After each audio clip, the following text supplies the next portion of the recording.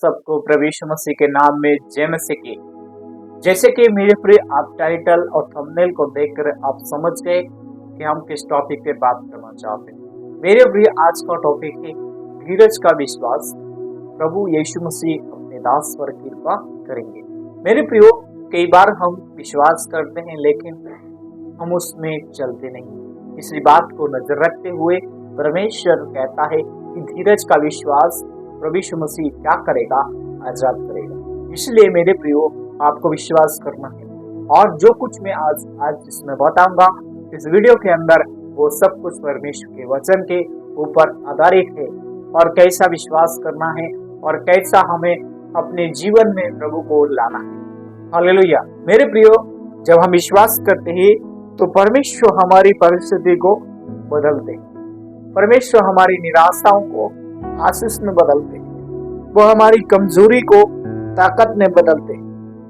Hallelujah. हम एक वचन को पढ़ेंगे, इब्रानियों 10:36। तुम धीरज धरे रहना अवश्य है ताकि तुम परमेश्वर की इच्छा पूरी करके प्रतिज्ञा को प्राप्त करो। हालेलुया। मेरे प्रियो, परमेश्वर इस वचन के द्वारा आपको आशीष करे। और यहाँ पर परमेश्वर प्रेरित पौलुस इब्रानी की कलीसियाओं को ये पत्र लिखकर ये कहते हैं कि तुम जो विश्वास करो तो ये जान लो कि परमेश्वर तुम्हारे विश्वास में देख रहा है। हालेलुया। मेरे प्रियो, यहाँ पर जब परमेश्वर कहता है तुम ऐसा विश्वास करो जो परमेश्वर को योग्य है, तुम ऐसा विश्वास करो जो परमेश्वर की इच्छा से क्या है, परिपूर्ण है। हालेलुया।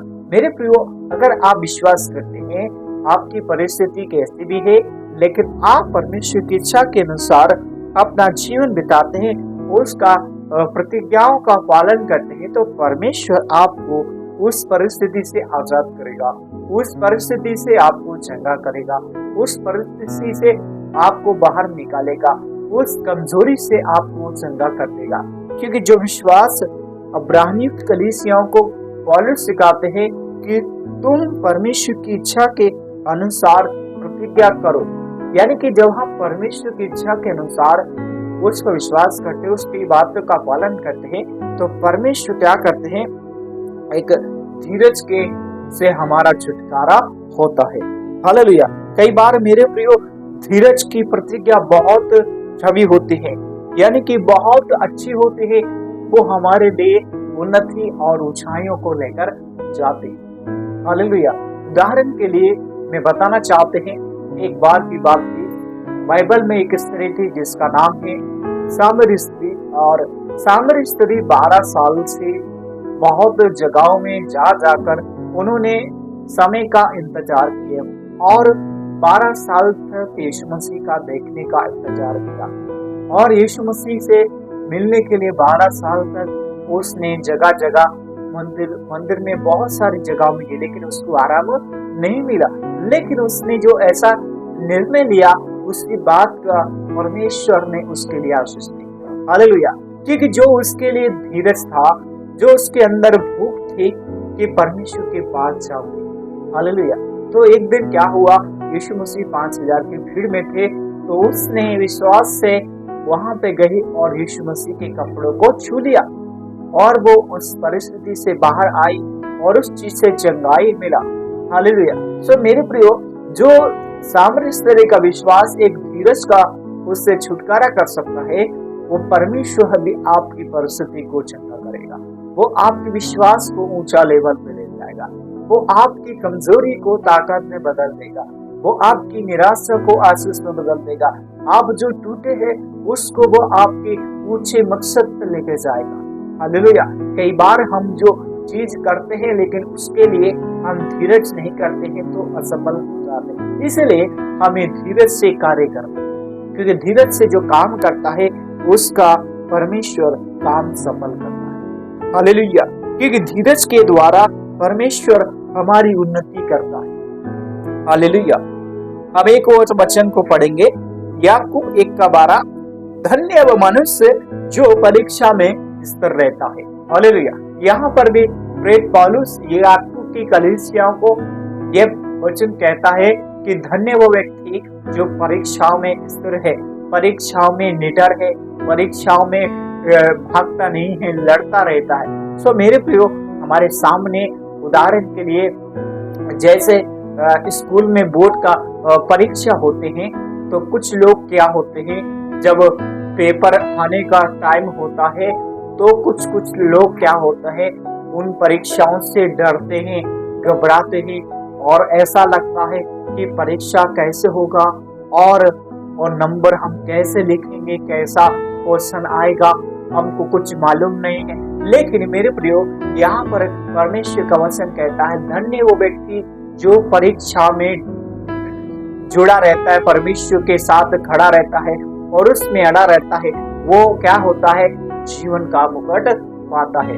हालेलुया। सो मेरे प्रियो, जब हम परमेश्वर के साथ परीक्षा में हमारा सामना होता है, उसमें खड़े रहते हैं, तो परमेश्वर क्या करता है, हमें उन चीज से मुक्त करता है, उन चीज से हमारा उद्धार करता है, उन चीज से हमारा छुटकारा करता है। हालेलुया। क्योंकि जो डांट से रहता है वो विजय प्राप्ति को देखेगा, जो डांट पे डांट सुनता है और उसमें बना रहता है, वो क्या होता है, एक विजय को देखता है। मेरे प्रियो, विजय किसको मिलता है? विजय उन्हीं लोगों को मिलता है जो अंत तक मेहनत करते हैं। चाहे मुश्किलों कैसी हो, हालात कैसी भी हो, डिप्रेशन कैसी हो, लेकिन उनसे वो क्या होगा, लड़ेगा, उनके साथ चलेगा, वो उनसे भागेगा नहीं। क्योंकि परमेश्वर क्या है, एक अच्छा परमेश्वर। परमेश्वर एक अच्छा परमेश्वर वह है, वो विश्वास से मुक्त करता है। धन्य वो व्यक्ति जो परीक्षा में स्थिर है। हालेलुया। सो हमें परीक्षा में स्थिर रहना है, परमेश्वर के काम में अपना जीवन बिताना है। हम एक और वचन को पढ़ेंगे, गलातियों 6:9। हम भलाई करते हुए थकेंगे नहीं। हालेलुया। क्योंकि उचित समय पर कटनी को काटेंगे। यहाँ पर भी परमेश्वर का दास पौलुस गलती कलीसियाओं को ये शिक्षा देते हैं कि हमें भलाई करते हुए थकेंगे नहीं। मेरे प्रियो, परमेश्वर भलाई करता है, वो कभी थकता नहीं है, वो कभी सोता नहीं है, वो हमेशा आपकी रक्षा करता है, वो हमेशा आपकी परवाह करता है, हमेशा आपको देखता है, हमेशा आपको जांचता है।